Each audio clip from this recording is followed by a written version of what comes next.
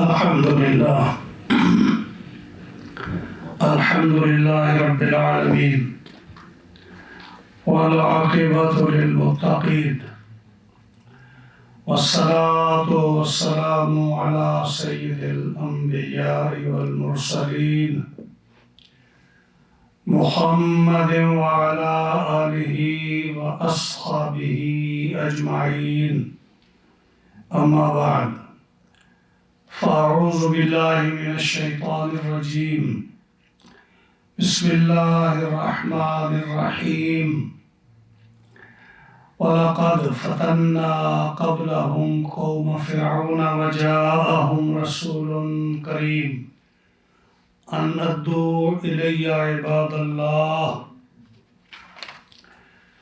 إني لكم رسول أمين وأن لا تعلوا على الله إني آتيكم بسلطان مبين وإني عذت بربي وربكم أن ترجمون وإن لم تؤمنوا لي فاعتزلون.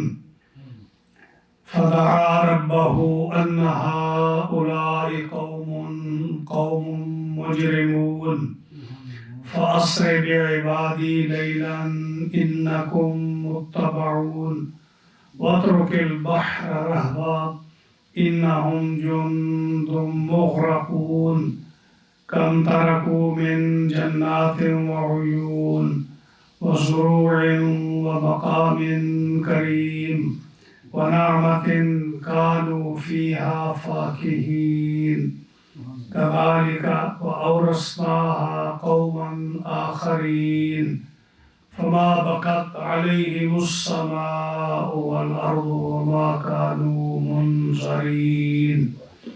صدق الله مولانا العظيم وبلغنا رسوله النبي الكريم الأمين ونحن على ذلك من الشاهدين والشاكرين.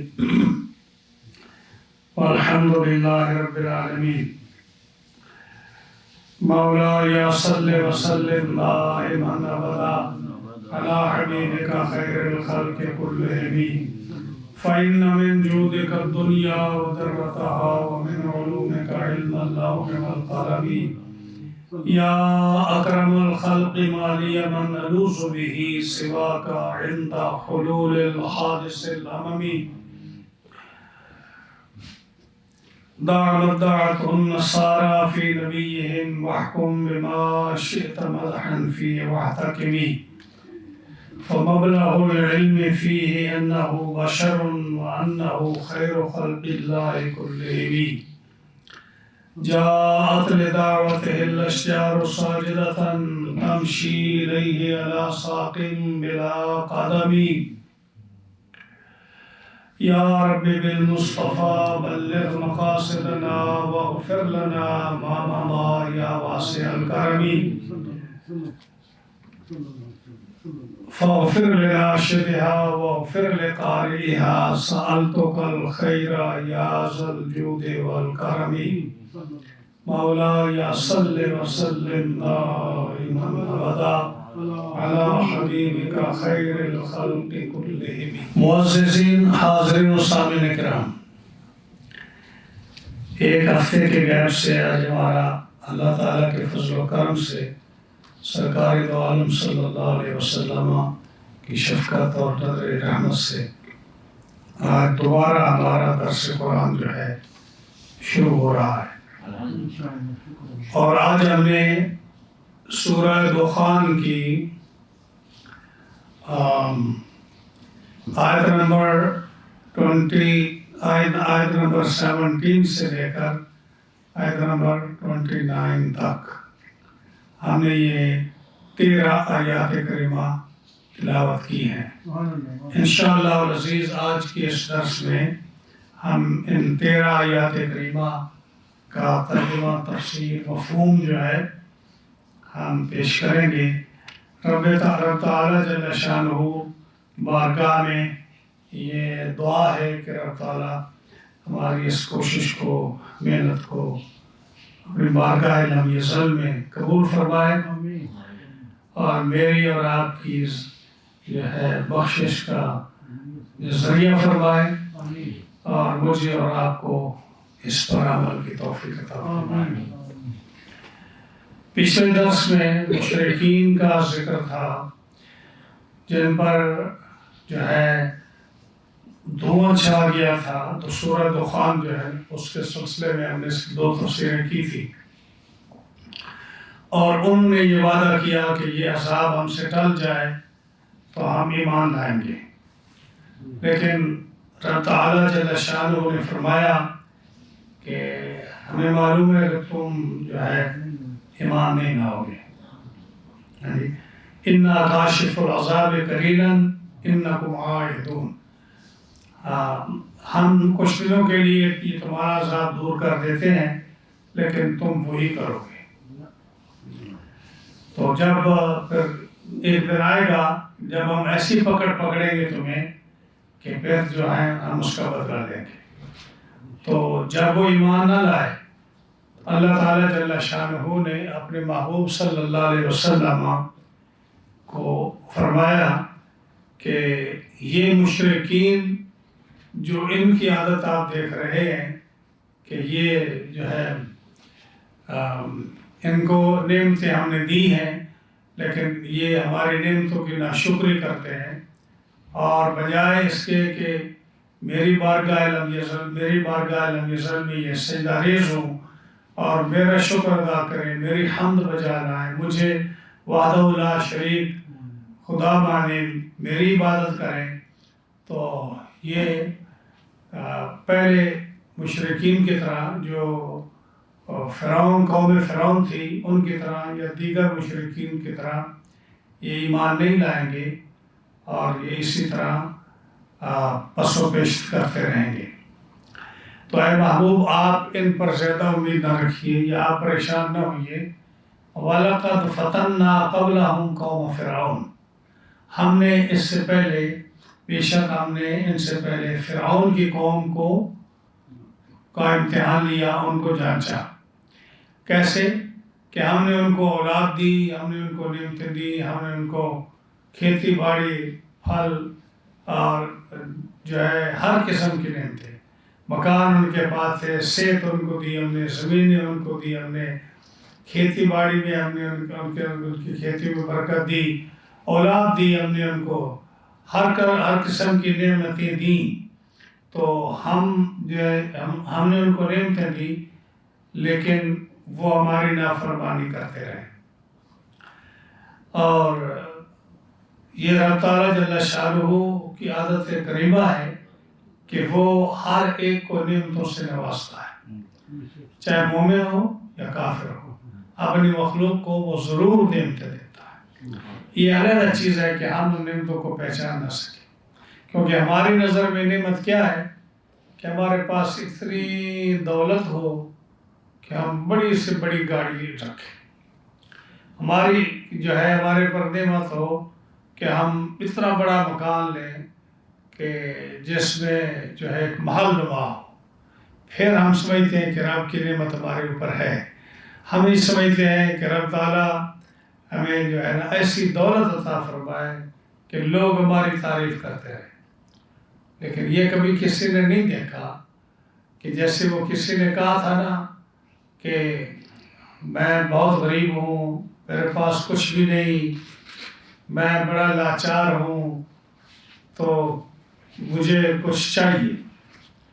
تو اس نے کہا جواب میں کہ آپ مجھ سے اتنے پیسے لے لے، لیٹس سے کہ $500,000 لے لے یا ملین لے لے یا 1 لاکھ لے لے، مجھے اپنی ایک آنکھ نکال کر دے دے۔ تو اب اس کو سوچ کہا نہیں، یہ تو میں نہیں کر سکتا، اور میرا خیال ہے کہ ہم میں سے کوئی بھی یہ نہیں کر سکتا، چاہے آپ کو جتنی مرضی جائیداد دے دے، پوری سٹی کی جائیداد دے دے، ہم میں سے کوئی بھی چاہے گا کہ ہم اپنی ایک آنکھ نکال کر اپنا ایک ہاتھ کاٹ کر اس کو دے دیں۔ تو اس کی طرف میں اور آپ کبھی کسی نے نہیں سوچا کہ رب نے ہمیں کتنی دولت سے نوازا ہے، کتنی نعمت سے نوازا ہے، کتنی نعمت سے نوازا ہے۔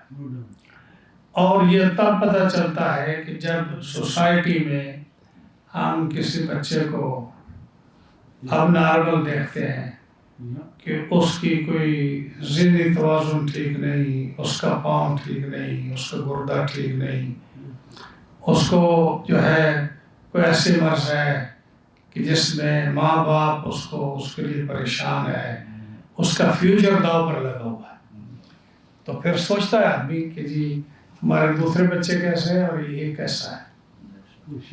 اسی طرح خود کو دیکھ لو کہ جب تک صحت ہے آپ کو کسی چیز کا فکر ہی نہیں، محسوس ہی نہیں کرتے کہ اللہ کی کتنی نعمتیں ہمارے پاس کتنی ہیں، اور جب ذرا سا بیمار ہوا، تھوڑی سی تکلیف آئی، اور جو ہے چاہے وہ بلڈ پریشر بڑھا یا شوگر بڑھ گئی یا کوئی اور دل کی تکلیف ہوئی یا پھیپھڑوں کی تکلیف ہوئی، اللہ تعالیٰ کی بے شمار بیماریاں ہیں اس کی، لیکن تھوڑی سی جب وہ کسی کی طرف بھیجتا ہے تو پھر تھوڑا بہت اس کو احساس ہونا شروع ہوتا ہے، وہ بھی تب جب جان کا خطرہ، ہاں جی، اس وقت اس کو جان بڑی پیاری لگتی ہے کہ جی کہیں ایسا نہ ہو کہ میں آگے چلا جاؤں۔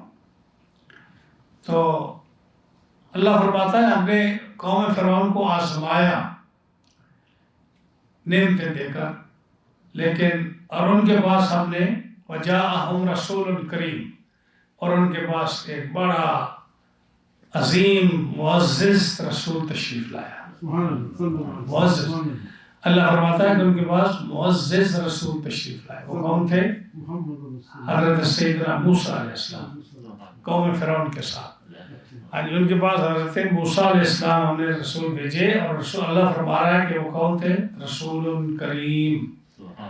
یہ رسول پر جو ہے تعظیم، تنوین جو ہے دو پیش، یہ عربی گرامر میں تعظیم کی ہے، یعنی عظمت کی، تعظیم کی تنوین اس کو کہا جاتا ہے، تو اس کا معنی کیا ہوگا؟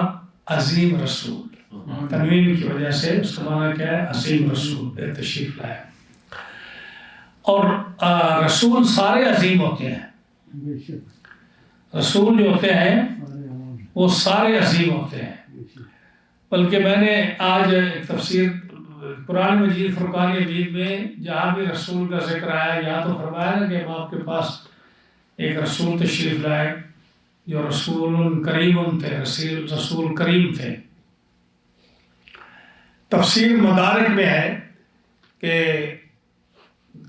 کریم کا کیا معنی ہے؟ کریم فی نفسہ حسیب نصیب لأن اللہ تعالی لم یبعث نبیا الا من صراط قومہ و کرامہ۔ رسول کریم کا مطلب یہ ہے کہ اللہ کی عادت کریمہ ہے کہ جب بھی وہ کو رسول بھیجتا ہے یا نبی بھیجتا ہے کسی قوم میں، تو وہ ایسے کو نہیں بھیجتا جو ذلیل قومیں ہوتی ہیں۔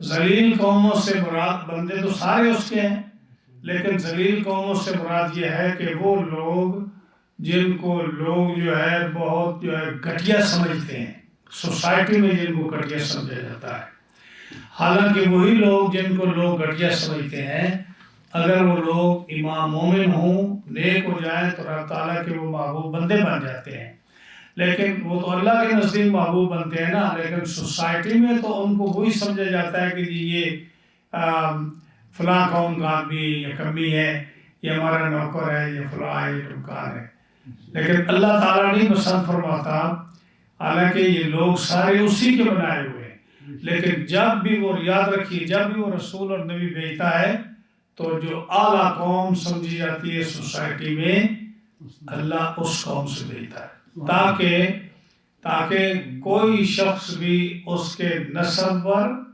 اس کے حسب پر انگلی نہ اٹھا سکے۔ اسی لیے آپ دیکھیے کہ رسول اکرم صلی اللہ علیہ وسلم کون سے قبیلے تھے؟ ہاں جی، قبیلہ قریش۔ اور پتہ قبیلہ قریش کون ہے؟ سمندر کی سب سے بڑی مچھلی کون سی ہے جس سے ساری مچھلیاں ڈرتی ہیں؟ ویل۔ تو ویل جو ہے اس کا نام قریش ہے، ویل مچھلی جو ہے اس کا نام کیا ہے؟ قریش ہے۔ تو اس مچھلی کو چونکہ سمندر پر حکومت ہے اس کی، کوئی مچھلی اس کے مقابلے میں نہیں آتی، کوئی مچھلی اس کو مار نہیں سکتی، اس کو ڈرا نہیں سکتی، دھمکا نہیں سکتی. ہر مچھلی اور سمندر کا ہر جانور اس سے ڈرتا ہے، اس لیے اس کو قریش کہتے ہیں. تو اللہ تعالیٰ جل شانہ نے اپنے محبوب علیہ السلام کے قبیلہ جو ہے جس کو پسند فرمایا کہ میرا محبوب اس قبیلے سے آئے، وہ قبیلہ کون سا ہے؟ قریش. اور قریش کی ہسٹری پڑھ لیں کہ جب عرب میں ہر جگہ پہ رازنی ہو، ہر جگہ پہ قتل و غارت ہو، لڑائی ہوں، جھگڑے ہوں، چاہے وہ حرم کا مہینہ ہو یا غیر حرم ہو، محترم مہینہ ہو یا غیر ہو، قریش جب سفر کرتے عرب میں تو جہاں مرضی چلے جاتے، لوگ ان کی عزت کرتے، احترام کرتے کہ تم کعبے کے متولی. ان کو کوئی آدمی ان کے مکان کو، ان کے چیزوں کو، ان کی عزت نفس کو، اس کو کسی قسم کی اس کو تکلیف نہ دیتا، اس لڑتا نہیں. تو یہ رسول اللہ صلی اللہ علیہ وسلم کی عظمت ہے. جب ابو سفیان تھا اس میں یروشلم میں، بخاری کی حدیث ہے، جب یروشلم میں تھا تو ابو سفیان تو ایمان نہیں لایا تھا نا اس وقت، اور سب سے بڑا دشمن تھا. بدر، احد، احزاب، یہ سارے غزوے جو دیکھیں، یہ اس میں بڑا مقابل کون تھا؟ ابو سفیان تھا. تو ابو سفیان حضرت امیر معاویہ کے والد، بعد میں مسلمان ہوئے. تو یہ سب سے بڑا دشمن تھا، اور تھا بھی حضور صلی اللہ علیہ وسلم کے یعنی فیملی میں سے تھا، اس لیے کہ جو ان کا دادا اور حضور کا دادا بھائی تھے، تو وہ بھی جو تھی آپس میں مخاصمت تھی. تو جب قیصر روم، جو روم کا بادشاہ ہرقل تھا، جب وہ آیا اس میں یروشلم میں، تو اس کے بعد نبی کریم صلی اللہ علیہ وسلم کا جو خط لے جانے والے تھے، غالباً حضرت دہیہ تھے، وہ خط لے کر پہنچے جس میں تھا کہ دعوت نامہ تھا کہ قیصر کو کہ تو اسلام لے آ. اس نے خط پڑھا، اور خط پڑھ کر وہ بڑا متاثر ہوا، اور متاثر ہونے پر اس نے پھر کہا کہ میں معلوم کرنا چاہتا ہوں اس نبی کے بارے میں کچھ. تو اس نے کہا پتہ کرو یہاں کوئی عرب کا تاجر ہے؟ تو انہوں نے کہا جی ہے، ابو سفیان ہے. تو ابو سفیان کو بلایا. ابو سفیان کہتے ہیں میں گیا تو اس نے مجھ سے سوال پوچھے. اس نے مجھ سے پوچھا کہ آپ جانتے ہو کہ محمد صلی اللہ علیہ وسلم جس نے اعلان نبوت کیا اس کو جانتے ہو؟ میں نے کہا میں اچھی طرح جانتا ہوں، حالانکہ دشمن تھا. تو ان سوال نے بہت سارے سوال کیے، تو لمبی تفصیل میں نہیں جاتا. ان سوالوں میں سے ایک سوال یہ تھا کہ وہ کس قوم سے ہے، کس قبیلے سے ہے. تو کہا کہ وہ اشراف قوم میں سے ہے، یعنی جو بڑا معزز قبیلہ ہے، باعزت قبیلہ ہے. اس نے کہا جواب میں کہ نبی ایسے ہی ہوا کرتے ہیں. بس اس پوائنٹ کے لیے میں نے اس حدیث کو چلایا، باقی چیزیں پھر بہت ساری ہیں. تو کیا فرمایا کہ رسول کون ہوتا ہے؟ معزز ہوتا ہے. اچھا یہ تو تھی تفسیر جو تھی میں نے ذکر کیا. مدارک میں کہا کہ جو ہے نا اس کے 3 صفتیں ذکر کی انہوں نے. ایک نے کہا، ایک تفسیر مدارک نے بھی ذکر کیا، یہ جو میں نے پہلے ذکر کیا کہ کریم فی نفسی حسیب النصیب، اس کا حسن نسب بہت اچھا ہوتا ہے، کیونکہ اللہ تعالیٰ کسی کمزور قوم سے، رذیل قوم سے کسی نبی کو نہیں بھیجتا. آدم علیہ السلام سے لے کر حضور صلی اللہ علیہ وسلم تک ہر نبی جو ہے معزز قوم سے آیا ہے، معزز قبیلے سے آیا ہے. اور جو تفسیر ہے ابن جوزی کی زاد المسیر، اس میں اس آیت کے تحت لکھا کہ رسول کریم کی 3 تفسیریں ہیں.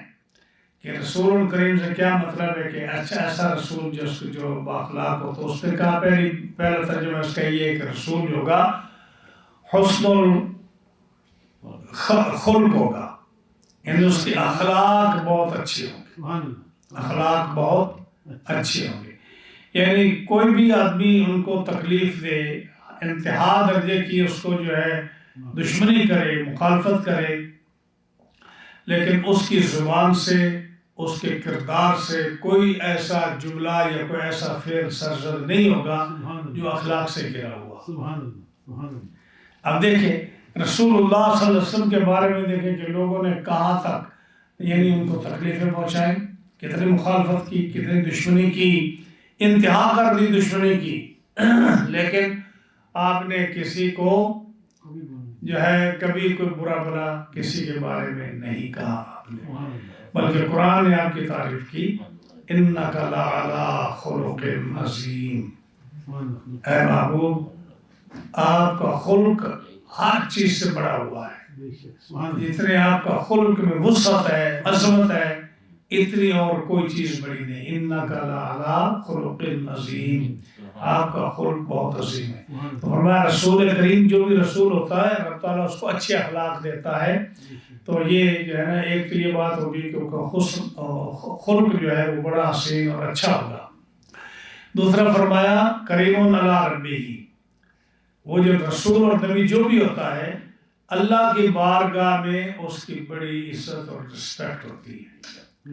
یہ نہیں کہ وہ جو ہے نا جیسے دنیا داروں کی محفلوں میں، دنیا داروں کے ان کے ڈیروں پر اور ان کے گھروں میں لوگ ذلیل ہوتے ہیں یا خراب ہوتے ہیں کہ وہ نبی جو ہے اس کو رب پوچھے ہی نہیں، ایسا نہیں ہے، بلکہ کریم علی ربہ، ہر نبی کی عزت ہے رب کے نزدیک، رب تعالیٰ ان کو معزز رکھتا ہے۔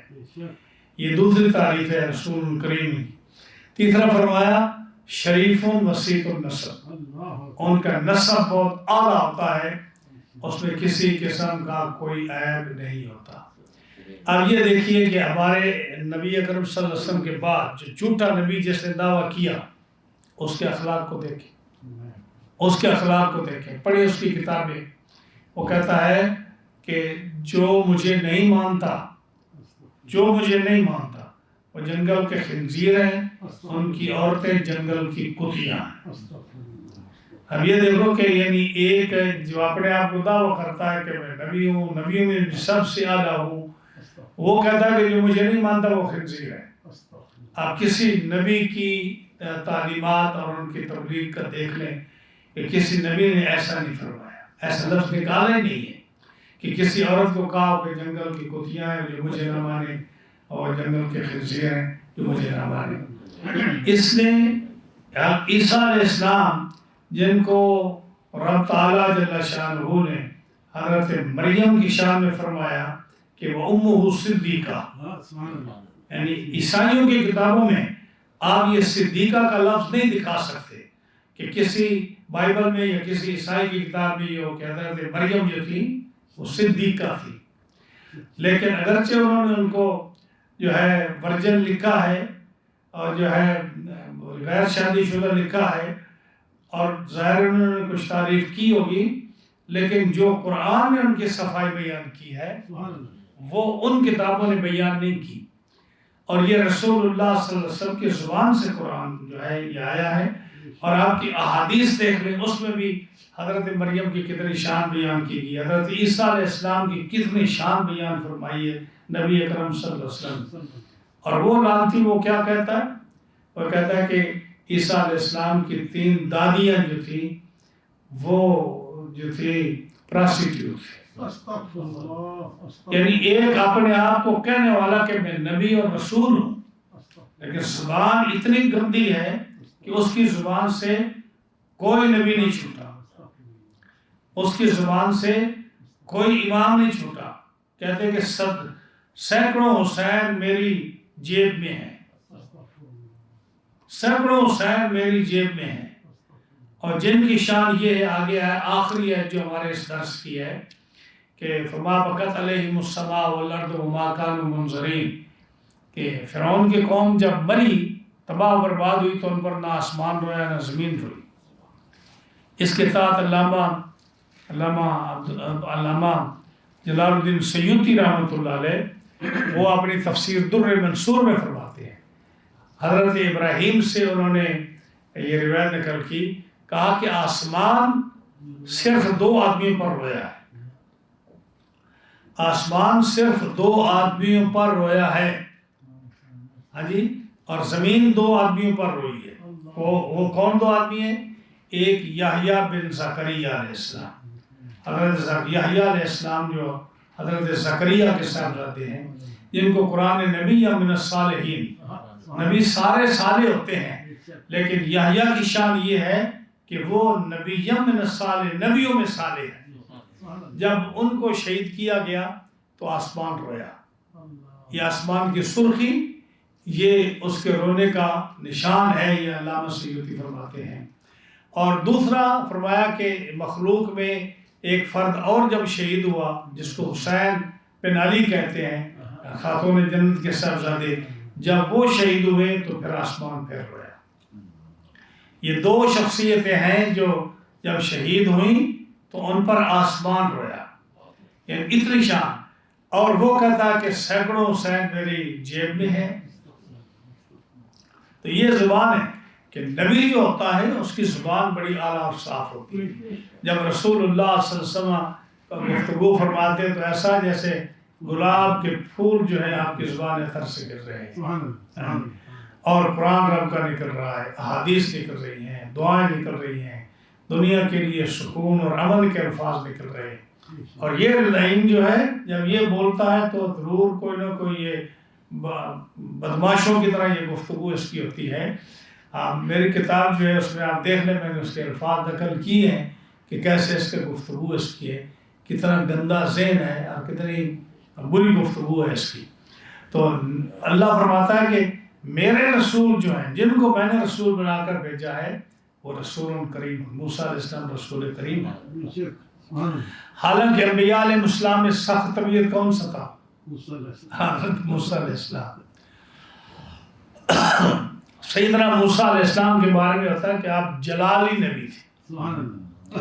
تو جلالی نبی جو ہوتا ہے جس میں جلال کسی میں بھی ہو، اس کو تو آگے کوئی آدمی ٹھہر نہیں سکتا، لیکن جلالی نبی ہونے کے باوجود آپ کو اللہ فرماتا ہے کہ رسول کریم، حسن الخلق اور اخلاق ان کا بہت اچھا تھا، اور شرم و حیا کے پتلے تھے، شرم و حیا کے پتلے تھے۔ لوگوں میں بنی اسرائیل میں عادت تھی کہ لوگ سارے ننگے میں آتے تھے، لیکن سوسائٹی، اس وقت کی سوسائٹی، ان کا ماحول ایسا تھا کہ سارے ننگے نہ تھے اکٹھے، لیکن موسیٰ علیہ السلام کبھی ان کے ساتھ نہیں آتے۔ یعنی یہ نبی کا شرم و حیا ہے، آپ ان کے ساتھ ہیں کہ جب سوسائٹی میں سب کام ہو رہا ہے تو لوگ اس کے ساتھ شامل ہو جاتے ہیں، ان کو برا سمجھتے ہی نہیں، لیکن آپ نہیں آتے تھے۔ تو انہوں نے کہا کہ یہ جو ہے نا، یہ ان کو جو ہے نا وہ کیا تھے، کوئی مرض ہے ان کے باٹم پارٹ میں کوئی مرض ہے ایسی جو ہم سے چھپاتے ہیں۔ اب اللہ تعالیٰ جو ہے اپنے نبیوں کو بے عیب رکھتا ہے، تو رب تعالیٰ نے کیا کیا کہ جب موسیٰ علیہ السلام ایک دن طور دریا یا سمندر میں نہانے لگے تو کپڑے اتار کر پتھر پر رکھے، اور آپ جب دریا میں یا سمندر میں آپ نے غوطہ لگایا تو پتھر کپڑے لے کر دوڑ گیا، جو ہے وہ پتھر جو ہے وہ کپڑے لے کر دوڑ گیا۔ اب جو ہے ظاہر ہے کہ جب کوئی آپ کے کپڑے نہانے والے کپڑے لے کر دوڑ جائے تو آپ کیا کریں گے؟ ساری رات دن سمندر میں تو نہیں بیٹھ سکتے۔ وہ پتھر آگے آگے اور آپ پیچھے پیچھے، کہتے ہیں کہ پتھر میرے کپڑے دے دے، میرے کپڑے دے دے، کپڑے دے دے۔ تو پتھر کو تو اللہ کا حکم تھا، وہ وہاں جا ٹھہرا جہاں وہ قوم آپ کو عیب لگانے والی تھی، وہاں جا کے ٹھہرا۔ اب وہاں جا کے جب پہنچے تو سب لوگوں نے دیکھا موسیٰ علیہ السلام، تو کہنے لگے کہ ہم تو ایسے ہی بہتان لگاتے تھے، حضرت موسیٰ علیہ السلام تو ٹھیک ٹھاک ہے۔ قرآن نے اس کو بیان کیا، یا ایھا الذین آمنوا لا تکونوا کالذین آذوا موسیٰ، اے ایمان والو ان لوگوں کی طرح نہ ہو جاؤ جو موسیٰ علیہ السلام کو تکلیف دیا کرتے تھے۔ فبرأہ اللہ مما قالوا، کہ قوم جو حضرت موسیٰ علیہ السلام پر الزام اور بہتان لگاتی تھی، اللہ نے اس بہتان سے، اس بیماری سے، اس عیب سے لوگوں کے سامنے اللہ نے اپنے نبی کو بری کر دیا کہ آپ میں وہ قصور، وہ گناہ، وہ عیب، وہ چیز نہیں ہے۔ فبرأہ اللہ مما قالوا وکان عند اللہ وجیہا، وکان عند اللہ وجیہ کیا مطلب کہ عیسیٰ موسیٰ علیہ السلام اللہ کے نزدیک بڑے معزز اور خوش روح اور نہایت خوبصورت نبی، پاک عادات والے نبی تھے. ان کے بارے میں وجیہ فرمایا، اور حضرت عیسیٰ علیہ السلام کے بارے میں فرمایا وجیہاً فی الدنیا والآخرہ. عیسیٰ علیہ السلام وجیہ ہیں، خوبصورت ہیں، باروب ہیں، اور چہرے چمکتے چہرے والے ہیں، اچھی عادات والے ہیں، دنیا میں بھی اور آخرت پہ بھی. یہ ہے نبی کی تعریف. اور وہ لائن جو ہے وہ اس کی جو ہے اپنے منہ سے پتہ نہیں کیا کیا غلاظتیں نکلتی ہیں. تو اللہ نے کیا فرمایا کہ قوم فرعون جو تھی ان کو ہم نے بڑی بڑی نعمتیں دے کے آزمایا. وجاءہم رسول کریم، اور ان کے پاس ہمارا ایک عظیم رسول آیا. جب وہ رسول آئے تو انہوں نے کہا ان ادو الیہ عباد اللہ، کہا کہ میری قوم مجھے واپس کرو. یعنی میرے بندے جو ہیں، اللہ کے بندے جو ہیں، یعنی بنی اسرائیل، جن کو جیسے تم سخت جو ہے کام لیتے ہو، جن کو قتل کرتے ہو، جن کو بھوکا رکھتے ہو، جن سے محنت مزدوری کراتے ہو، جن کو سلیو بنا کر رکھا ہے، دن رات جن پر ظلم ہوتے ہیں، ان کے بچوں کو مارتے ہو. فرمایا ان ادو الیہ عباد اللہ، وہ اللہ کے بندے جو ہیں نا وہ میرے حوالے کر. کیوں کہ رب نے حکم فرمایا کہ میں ان کو مصر سے نکال کر سیریا لے جاؤں. کیونکہ بنی اسرائیل کا اصل ملک کون سا تھا؟ سیریا.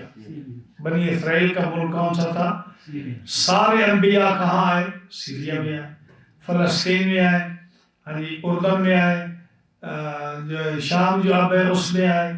تو جتنے بھی علاقے سیریا اس وقت تو بڑا لمبا چوڑا ہوا کرتا تھا، فلسطین، اسرائیل، جارڈن، عراق کا کچھ حصہ، اور یہ جو سیریا موجودہ ہے یہ بہت بڑا حصہ سیریا کا جو ہے یہ سارا سیریا ہوا کرتا تھا. تو اکثریت انبیاء علیہ السلام کی ان کے مزارات وہاں ہیں، ان کی آنے کی جگہ وہاں ہیں، تو اکثر وہاں تھے. تو ان کا اصل ملک جو تھا بنی اسرائیل کا وہ سیریا تھا. تو یہ حضرت یوسف علیہ السلام آپ آئے، جس حالت میں آئے آپ کو معلوم ہے کہ ان کو جو ہے غلام بنا کر لایا گیا اور ان کو بیچا گیا. تو وہ پہلے شخص ہیں جو مصر میں آنے والے ہیں. اور اس کے بعد جو بھی آئے، کچھ وزیٹر آئے، کچھ سیر کرنے کے لیے آئے، کچھ مہمان ہو کر آئے، چند دنوں کے لیے رہنے کے لیے آئے ایک. لیکن جب جانے کا وقت ہوا تو ان کی تعداد کتنی تھی؟ 6,80,000. 6,80,000 یہ حضرت موسیٰ علیہ السلام کے زمانے میں ان کی تعداد تھی. تو جب ان پر اتنوں پر ظلم ہوا تو اللہ نے فرمایا اے موسیٰ ان کو لے کر تم واپس سیریا چلے جاؤ. تو اس لیے انہوں نے کہا کہ میں نے رسول بھیجا تمہارے پاس، رسول کریم، جس نے آ کر کہا ان ادعو الیہ عباد اللہ، اللہ کے بندے جتنے بھی بنی اسرائیل کے لوگ ہیں، میری قوم، یہ مجھے میرے حوالے کرو. کیوں؟ انی لکم رسول امین، میں تمہارے لیے، تمہارے پاس، میں تمہارے واسطے ایک رسول ہوں جو امانت دار ہوں، میں رسول امین ہوں. تو جب میں رسول امین ہوں تو میں جیسے بنی اسرائیل کا رسول ہوں، میں تم قبطیوں کا بھی رسول ہوں. تو جب میں تمہارا رسول ہوں تو رسول کی بات تو تمہیں ماننی چاہیے. اس لیے میں تمہیں کہتا ہوں کہ یہ قوم جو ہے میرے حوالے کرو. اب اللہ تعالی علی اللہ، اور اللہ کے مقابلے میں سرکشی نہ کرو.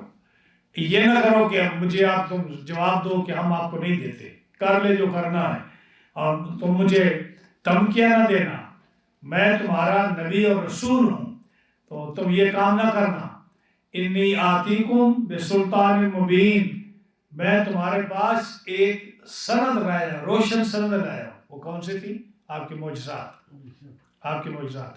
تم نہیں مانتے ہو کہ میں اللہ کا رسول اور اللہ کا نبی ہوں، تو دیکھو میرے پاس معجزات ہیں. آپ ہاتھ اپنا بغل میں ڈالتے تو نکالتے تو سورج کی طرح چمکنے لگ جاتا، دوبارہ ڈالتے تو پھر وہ ہاتھ کا ہاتھ رکھ رہا تھا. عصا مبارک آپ کے ہاتھ میں تھا. وہ ہم نے کئی دفعہ بیان کیا ہمارے درسوں میں کہ وہ زمین پر پھینکتے تو ایک بہت بڑا اجدہا بن جاتا، اور اس کی 2 کیفیتیں ہوتی. جب ضرورت ہوتی تو وہ صعبان بن جاتا، ہاں جی، اور جب ضرورت پڑتی تو وہ جان بڑھ جاتا۔ صعبان اور جان میں یہ فرق ہے کہ صعبان اتنا موٹا سانپ اژدہا کہ جس کو دیکھ کر ڈر لگے کہ یہ آدمی کو نگل جائے گا، کیونکہ وہ اتنا بڑا تھا کہ جب وہ جبڑا کھولتا تو نیچے والا جبڑا فرعون کے محل کی نیچی بنیاد میں اور اوپر والا جبڑا جو تھا اس کی چھت پر۔ تو جب اتنا بڑا جبڑا سانپ منہ کھول کر کہ پورے محل کو نگل جائے تو کس کی جان بچے گی اس سے؟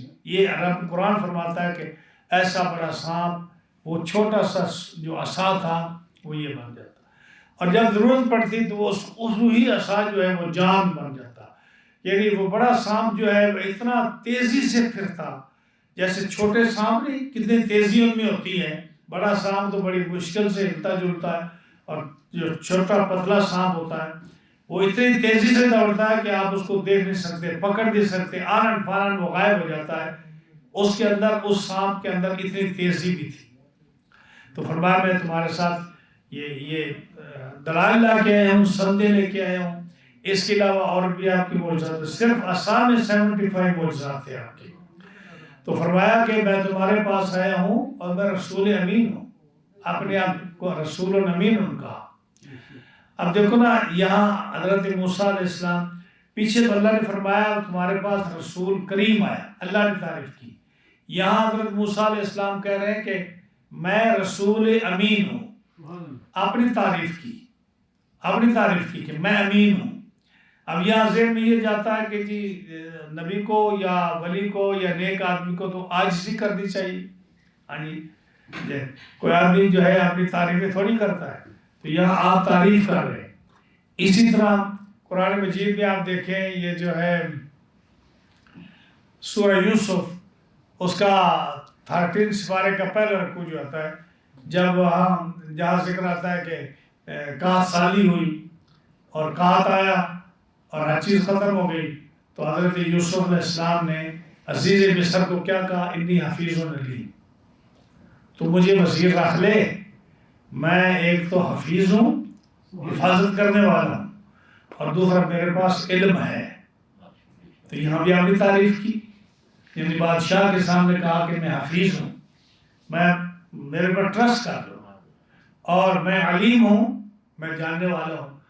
حالانکہ انبیاء علیہ السلام کسی کالج یا یونیورسٹی میں نہیں گئے، تو کہاں ان کے پاس نالج اور تجربہ آ گیا کہ آپ نے فرمایا میں علیم ہوں، میں سب کو جانتا ہوں، یہ پورے ملک کا نظام میرے حوالے کرو، میں اس کو ایسا خوبصورت چلاؤں گا کہ آپ آشش کر اٹھیں گے۔ اور ایسا ہی ہوا یا نہیں؟ آپ جب بادشاہ بنے تو پورے 7 سال جو قید کے تھے وہ آپ نے ایسے گزارے کہ سارے آدمی جو ہیں ان کو غذا ملتی رہی۔ اسی طرح موسیٰ علیہ السلام نے کیا کہا کہ تم بندے میرے حوالے کرو، میں رسول امین ہوں۔ تو اس سے علماء یہ مسئلہ نکالتے ہیں کہ جب آپ کسی ایسی حکومت کو دیکھیں جہاں ظلم و ستم ہو رہا ہو اور لوگوں میں عدل و انصاف نہ ہو رہا ہو، لوگ تنگ ہوں، اور آپ کے اندر وہ قابلیت ہو کہ آپ اس رنس کر سکتے ہیں، اس کو ڈپارٹمنٹ کو آپ قابل ہیں، تو آپ اس ظالم بادشاہ کے پاس جا کر آپ کہہ سکتے ہیں کہ میرے اوپر ٹرسٹ کرو، میں آپ کو یہ جو ہے سلسلہ یا آپ کا یہ ڈپارٹمنٹ جو ہے میں اس کو بہترین چلا کے دے سکتا ہوں۔ یعنی اگر اس میں اپنی تعریف کرے آدمی، اگر وہ اس کو ٹرسٹ ہو اور وہ کر سکتا ہو، تو مخلوق خدا کو اس ظلم سے اور عذاب سے نجات دینے کے لیے وہ اپنی تعریف، اپنی تعلیم اس کا اعلان کر سکتا ہے، تاکہ وہ بادشاہ کے حضور جو ہے عدل و انصاف قائم کر سکے اور ملازمت کر سکے۔ تو آپ نے کیا فرمایا؟ انی لکم رسول امین، میں رسول امین ہوں، اور تم اللہ کے مقابلے میں سرکشی نہ کرو، میں تمہارے پاس دلائل لے کے آیا ہوں۔ وَإِنِّي عُذْتُ بِرَبِّي وَرَبِّكُمْ أَن تَرْجُمُونَ، اور میں اللہ کی پناہ لیتا ہوں اور اپنے رب کی اور تمہارے رب کی پناہ لیتا ہوں، ان ترجمون، اگر تم مجھے سنسار کرو، اگر تم مجھے سنسار کرو۔ یعنی انہوں نے کہا نا دھمکی دی، انہوں نے دھمکی دی کہ ہم آپ کو قتل کر دیں گے یہ جو آپ مطالبہ کر رہے ہیں. تو وہ اس کا جواب آپ نے دیا کہ میں اللہ کی پناہ میں آتا ہوں، میرا رب ہے اور تمہارا رب ہے، اگر تم مجھے ایسی سخت سزا دو یا تم میری مخالفت کرو یا میرا انکار کرو، تم جو ہے نا یہ کام نہ کرو، میں رسول امین ہوں. وَإِن لَّمْ تُؤْمِنُوا لِي فَاعْتَزِلُونِ. اور زیادہ سے زیادہ یہ بات ہے نا کہ تم میرے اوپر ایمان نہیں لاتے، اگر تم میرے اوپر ایمان نہیں لاؤ تو نہ لاؤ. فَاعْتَزِلُونِ. تم مجھ سے علیحدہ ہو جاؤ، تم علیحدہ ہو جاؤ، مجھے علیحدہ رہنے دو. لیکن جو ہے یہ آپس میں دھمکیاں دینا، لڑائی جھگڑا کرنا، یہ صحیح نہیں. جب انہوں نے آپ کو کہا کہ ہم آپ کو آپ کی قوم نہیں دیتے، ہم ان کو آزاد نہیں کرتے، اور آپ نے کہا مجھے رب کا حکم ہے کہ میں نے ان کو لے کے جانا ہے، آپ نے ان کو سمجھایا، جب ان کو سمجھ نہ آئی تو پھر کیا ہوا؟ فَدَعَا رَبَّهُ أَنَّ هَٰؤُلَاءِ قَوْمٌ مُجْرِمُونَ. پھر نبی تو رسول کا پیارا ہوتا ہے، تو کہا اے اللہ یہ قوم جو ہے نا میری یہ مجرم ہے، یہ سیدھی ہونے والے نہیں ہیں دعا سے، یہ سیدھی بات ماننے والے نہیں ہیں. یا اللہ ان کے لیے سیدنا موسیٰ علیہ السلام نے ان کے لیے بد دعا فرمائی، اور بدعا کیا کی؟ اللہم عجل علیہم، اللہم عجل لہم ما یستحقونہم. آپ نے ان کے لیے بد دعا فرمائی. صاحب تفسیر مدارک فرماتے ہیں آپ نے فرمایا آپ بد دعا فرمائی اللہم عجل لہم ما یستحقونہم. اے اللہ جس عذاب کے یہ مستحق ہیں وہ دینے میں جلدی فرما. یہ میری بات نہیں مانے. 7 لاکھ جو ہے بنی اسرائیل کو جو غلام بنا کر بیٹھے ہیں، اور ان میں جو مر جاتا ہے ان کو دیواروں کے اندر دبا دیتے ہیں، اور آپ جو ہے وہ بادشاہوں کی زندگی گزار رہے ہیں، اور ان غریبوں کو نہ کھانے کا نہ پینے کا نہ ان کو محنت مزدوری کراتے ہیں. تو آپ نے ان کے لیے بد دعا فرمایا. پہلے تو آپ نے فرمایا کہ ان کو رہا کرو تاکہ میں ان کو لے کر جاؤں. اب ظاہر ہے کہ غلام کو کون چھوڑتا ہے؟ جو غلامی ہے ایک ایسی چیز ہے کہ کوئی بھی آدمی کسی کو آزاد کرنے کے لیے تیار نہیں. تو جب انہوں نے کہا آپ نہیں دیتے تو آپ نے ان کو کہا کہ میں اپنے رب سے دعا کروں گا اور تمہارے لیے بد دعا کروں گا. تو آپ نے جب دیکھا کہ وہ یہ بات نہیں مانتے تو آپ نے یہ بد دعا فرمائی اللہم عجل لہم ما یستحقون. اب اللہ کی بارگاہ میں آپ کی دعا قبول ہوئی. تو اللہ نے فرمایا ایسا کر فَأَسْرِ بِعِبَادِي لَيْلًا. ان اپنی قوم کو لے کر اگر یہ دن کو آزاد نہیں کرتے نا تو ان کو رات کو لے کر نکل جا. یعنی اگر دن کو آپ نکلے تو یہ سارے لوگ جاگتے ہوں گے، یہ فوج لے کر آپ کے پیچھے چل پڑیں گے. تو آپ ایسا کرو، پلان بناؤ ایسا کہ ان کو رات کو لے کر نکلو. اب دیکھو یہ 7 لاکھ آدمی اگر رات کو بھی نکلے تو ایسا تو نہیں کہ جیسے ایک آدمی نکل رہا ہے. وہ تو شور گھوڑوں کا، اونٹوں کا، سامان کا، بچوں کا رونا چیخنا، فیملیوں کا نکلنا، یہ تو بڑا شور تو پڑ جاتا ہے. لیکن پلاننگ تھی. آپ نے فرمایا اپنے قوم کی عورتوں کو کہ تم اپنی تیاری کر لو، بہانہ کر لو کہ ہم شادی پر جا رہے ہیں، ہم کسی کام پر جا رہے ہیں. تو انہوں نے زیورات اپنے بھی لے لیے اور ان لوگوں سے بھی زیورات ان کے لے لیے، مانگ لیے کہ ہم کہیں جا رہے ہیں تو ہمیں اپنے زیورات دو، ہم نے کہیں جانا ہے. اور پلاننگ یہ تھی، خفیہ جو تھی کہ رات کو نکلیں گے. اب 7 لاکھ آدمی رات کو نکل گئے. اب یہ دیکھ جیسا بھی ہے 7 لاکھ آدمی اگر رات کو بھی نکلے تو پورا شور پڑ جاتا ہے محلوں میں. لیکن بہرحال جو بھی اس وقت کے حالات تھے وہ رات کو سارے بنی اسرائیل نکلے. رب کا بھی یہی حکم تھا فَأَسْرِ بِعِبَادِي لَيْلًا. ان کو رات کو میرے بندوں کو راتوں رات لے کر نکل. اب اس میں اب یہ لفظ سنا آپ نے فَأَسْرِ بِعِبَادِي لَيْلًا. عصر کہتے ہیں اسرا سے ہے، یہ بنی اسرائیل سورت ہے نا، اس میں کیا آتا ہے سبحان الذی اسرا بعبدہ.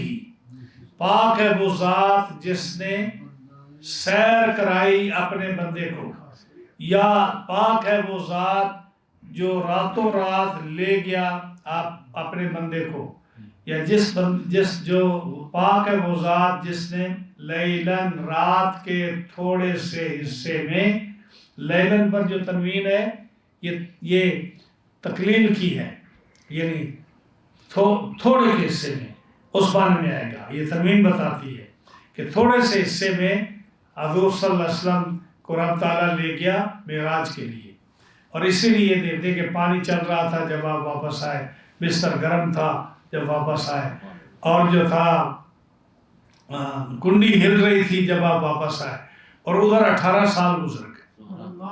ادھر جو ہے جب آپ تشریف لائے تو اتنا تھوڑا سا حصہ تھا۔ اب بعض لوگ کہتے ہیں کہ یہ معراج جو ہے جسمانی نہیں ہوا، روحانی ہوا، یعنی جیسے خواب آپ دیکھتے ہیں نا، تو خواب میں آپ کہیں سے کہیں چلے جاتے ہیں، تو یہ لوگ سمجھتے ہیں، بہت سارے لوگ جو ہیں، یہ خارجی لوگ بھی اور معتزلہ بھی، یہ کہتے ہیں کہ نبی کریم علیہ السلام کو جو معراج ہوا وہ معراج جسمانی نہیں، خواب تھا، خواب میں آپ گئے۔ اور اہل سنت و جماعت جمہور کا عقیدہ یہ ہے کہ یہ معراج کیا ہے؟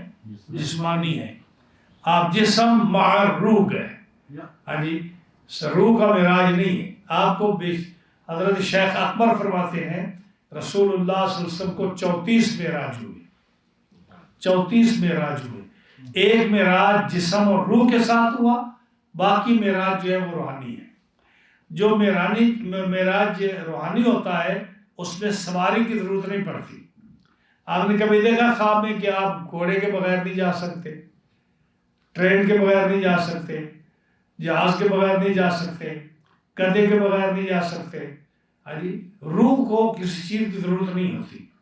اسی لیے جو ہے آپ کے خواب میں آپ آسمانوں کی سیر کرتے ہیں، کبھی آپ کئی ملکوں میں چلے جاتے ہیں، لیکن کہیں آپ کو سواری کی ضرورت نہیں پڑتی۔ تو جہاں رسول اللہ صلی اللہ علیہ وسلم نے جب معراج فرمایا تو فرمایا میرے لیے براق آیا، تو براق جب آیا جو گھوڑے کی طرح تھا، تو اس کا مطلب یہ ہوا کہ آپ کا معراج جو تھا وہ جسمانی تھا۔ دوسری بات یہ کہ جو لفظ اسرا ہے، سیر، یہ جسم اور روح کے ساتھ ہوتی ہے، روح کے ساتھ سیر نہیں ہوتی۔ مثال کے طور پر آپ کے گھر میں کچھ مہمان آئے، ہاں جی، پاکستان سے مہمان آئے، انہوں نے کہا جی امریکہ کی سیر کے لیے چلتے ہیں، وہاں ہمارے دوست ہوتے ہیں علی محمود صاحب، ان کے پاس ٹھہریں گے 1 ہفتہ، اور واشنگٹن جائیں گے، کیلیفورنیا جائیں گے، ہم نیاگرا فال جائیں گے، ہم نیو یارک دیکھیں گے۔ تو آپ بتائیے مجھے کہ جب آپ کے پاس دوست آتے ہیں تو آپ جب ان کو سیر کے لیے لے جاتے ہیں، ان کی روح نکال کر لے جاتے ہیں یا روح مال جسم جاتے ہیں؟ سیر یعنی جب سیر کراتے ہیں آپ ان کو تو روح مال جسم جاتے ہیں۔ تو اسی طرح آپ یہ دیکھیے قرآن مجید میں دوسری جگہ پر آیا سورہ دخان میں فَأَسْرِ بِعِبَادِي لَيْلًا، میرے بندوں کو راتوں رات لے جا۔ وہی لفظ جو اسرا میں آیا یہاں بھی فَأَسْرِ آیا، امر کا صیغہ ہے، ہاں جی، وہاں اسرا ماضی کا صیغہ ہے، جس نے سیر کرائی، یہاں اسر امر کا صیغہ ہے کہ سیر کراؤ میرے بندوں کو لے جاؤ تم۔ تو حضرت موسیٰ علیہ السلام ان کی روحیں نکال کر نہیں لے گئے، بلکہ پوری قوم کو روح مال جسم لے گئے۔ یہ قرآن مجید سے دلیل ہے کہ معراج رسول اللہ صلی اللہ علیہ وسلم کا جسمانی ہوا ہے، جہاں موسیٰ علیہ السلام اپنی قوم کو روح مال جسم پورے جسموں کے ساتھ ان کو لے گئے تھے، 7 لاکھ آدمیوں کو تقریباً۔ تو اللہ نے فرمایا کہ میرے بندوں کو راتوں رات لے جاؤ، انکم متبعون، لیکن یہ یاد رکھنا جب تم جاؤ گے تم فالو کیا جاؤ گے، تمہارے پیچھے فرعون اور اس کا لشکر آئے گا، تمہیں فالو کرے گا، تمہیں واچ کرے گا، تمہیں پکڑنے کے لیے آئے گا، یہ اللہ نے فرمایا۔ لیکن وَاتْرُكِ الْبَحْرَ رَهْوًا، جب تم موسیٰ جب تم سمندر پار کر جاؤ گے تو پھر جو پانی ہے جس میں سڑکیں بنی ہوئی ہوں گی اور وہ خشک رستے ہوں گے، اس کو چلانا نہیں، پانی کو اسی طرح خشک رہنے دینا، ہاں جی، کیوں؟ انہم جند مغرقون، جب یہ لشکر تمہارے پیچھے جائے گا نا پانی کے اندر تو یہ سارے لشکر جو ہے اس کو مغرق کر دیں۔ موسیٰ علیہ السلام جب اپنے لشکر کو لے کر دریا پر پہنچے، دریا کے کنارے پر پہنچے کلزم پر، پیچھے دیکھا کہ فرعون اپنی فوج لے کر آ رہا ہے۔ اس کو پتا چلا، اس نے فوج اکٹھی کی، بہت ساری اپنی فوج اکٹھی کر کے گھوڑوں پر، بگھیوں پر وہ پیچھے آ رہا ہے۔ اب جو ہے بنی اسرائیل موسیٰ علیہ السلام کے ساتھ لڑنے لگ گئے۔ دیکھ موسیٰ، تو نے ہمیں کہیں کا نہیں چھوڑا، آگے سمندر ہے، پیچھے فرعون ہے، اور تو نے ہماری تباہی مچائی۔ اب آگے جاتے ہیں تو سمندر میں ڈوبتے ہیں، پیچھے جاتے ہیں تو فرعون میں جو ہے تباہ و برباد کرتا ہے۔ اس سے بہتر نہیں تھا کہ ہم وہ خدمت کرتے رہتے، وہاں رہتے ہم، تو ہمیں لے کے جا رہا ہے۔ تو آپ نے جب، چونکہ آپ تو اللہ کے نبی تھے، آپ کو تو اللہ نے وحی کے ذریعے فرمایا تھا، ہاں جی، اور رب تعالیٰ نے آپ کو یہ فرما دیا تھا، بتا دیا تھا کہ کون کون مرے گا، کہاں مرے گا، کون سی جگہ پہ غرق ہوگا، کس ٹائم میں ہم ان کو ہلاک کریں گے۔ یہ اللہ تعالیٰ نے سب کچھ موسیٰ علیہ السلام کو بتا دیا۔ اور ایسا کرنا کہ جب تم دریا پار کر جاؤ گے تو جب موسیٰ علیہ السلام نے عصا مارا نا، اللہ نے فرمایا نضرب بعصاک البحر، دریا کو مارو، تم ڈنڈا مارو، تو آپ نے عصا مارا تو اس میں سے جو ہے 12 رستے نکل آئے، 12 سڑکیں نکل آئے، کیونکہ بنی اسرائیل کے 12 قبیلے تھے اور وہ ایک دوسرے کے ساتھ ملنا نہیں چاہتے تھے۔ ہر قبیلہ چاہتا تھا ہم اپنے رستے میں جائیں، سمندر میں بھی ہم اپنے رستے میں جائیں، ہم اپنے رستے میں جائیں۔ اور جب درمیان میں پہنچے تو کہنے لگے کہ ہمیں دوسرے قبیلے کا پتہ نہیں وہ ڈوبا یا زندہ ہے، تو اللہ نے اس کے اندر ونڈو بنا دی، دیکھتے بھی جاؤ، ہاں جی، ہیلو ہائے، میں پہنچ رہا ہوں، میری گھوڑی صحیح چل رہی ہے، میرا اونٹ صحیح چل رہا ہے، میرے ساتھ فلاں ہے، میری جو ہے فلاں چیز گر گئی نیچے، میں اٹھا رہا ہوں، میں آ رہا ہوں۔ اس 12 کے 12 قبیلے سمندر کے اندر ایک دوسرے کو دیکھتے جا رہے، باتیں کرتے جا رہے، سمندر کا خوف ہی نہیں ہے، خشک ہی خشک رستے بن گئے۔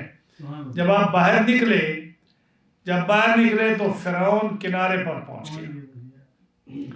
اب تفاسیر میں آتا ہے کہ انہوں نے خیال کیا، سیدنا موسیٰ علیہ السلام نے خیال کیا کہ میں عصا ماروں اور اس پانی کو پھر ملا دوں، جیسے میں نے دریا پھاڑا تھا ایسے میں عصا مار کے اس کو پانی کو ملا دوں کہ وہ چلنا شروع ہو جائے۔